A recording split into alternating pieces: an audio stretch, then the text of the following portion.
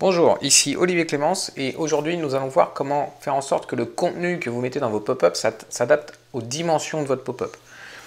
Parce que vous pouvez créer des pop-up qui sont responsive, c'est-à-dire qui vont s'adapter à la taille de l'écran de l'utilisateur, mais il faut aussi que vos contenus s'adaptent à la taille du pop-up.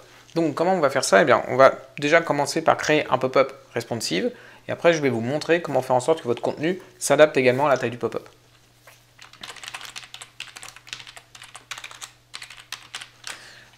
Donc, ici au niveau des réglages pour créer le pop-up responsive, on va choisir responsive. Ici, on va lui mettre une largeur de 80%. Ne pas oublier qu'il faut bien mettre des pourcentages, donc une valeur qui est inférieure à 100.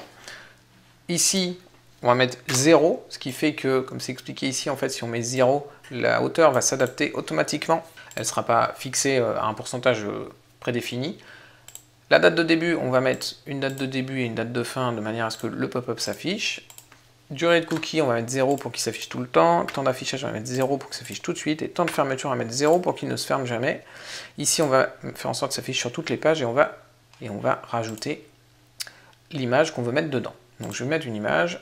Donc je vais chercher une image, voilà, une image d'hélicoptère. Et là, on voit qu'elle a une hauteur et une largeur. Donc pour l'instant, je ne vais rien changer. Et je vais sauvegarder.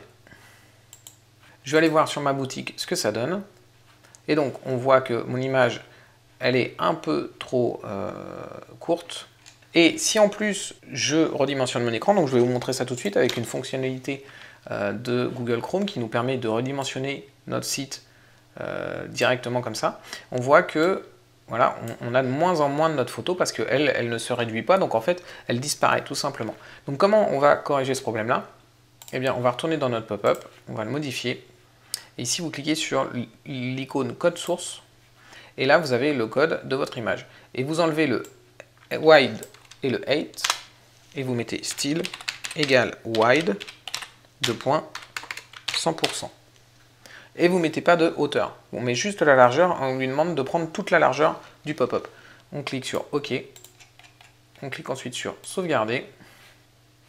Et maintenant, si je retourne sur ma fiche produit, enfin sur ma boutique, pardon, j'ai mon pop-up qui s'adapte à la largeur comme prévu et aussi mon image. C'est-à-dire que si je l'agrandis, l'image va suivre en même temps que le pop-up si je la rétrécis également. Voilà. Merci d'avoir regardé cette vidéo et à bientôt.